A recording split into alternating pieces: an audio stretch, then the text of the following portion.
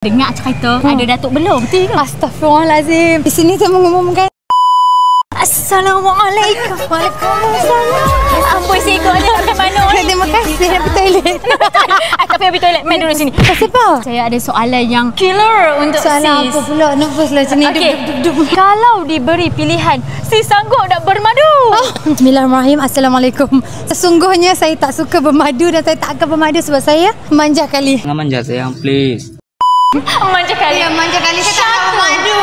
Satu je. Kali satu lah. Okey. Kalau diberi Tapi pilihan duda tak apa. Duda tak apa. Duda tak apa. Duda mana? Masuk lain.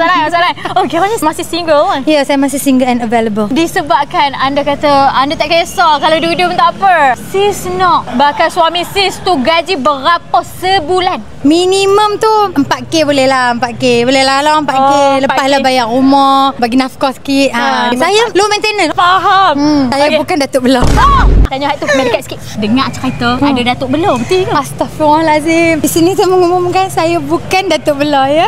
Hampa dengar tu apa? Jangan nak pandai-pandai. Jangan pandai-pandai. Awak siapa tahu betul Datuk Belah kan? Kan, gamak depa. Gamak depa. Okey, so hampa yang mana teringin nak makan burger, nak makan chicken tender untuk bulan sebelah ni, hampa kena mai dekat The Fat Burger sekarang, okey? Betul. Jangan lepaskan pula. Tadi makan burger apa? Kami makan fat mass, chicken tender, kita ada 3 jenis. Lepas tu dengan lagi satu burger yang ada telur mata kat atas tu. Usul. Brisket burger. Brisket burger gitu ya. Okey, boleh bagi rate berapa? Semua Fi bagi 10. Cuma yang burger yang mass tu memang sedap. Yang tu favourite Fi.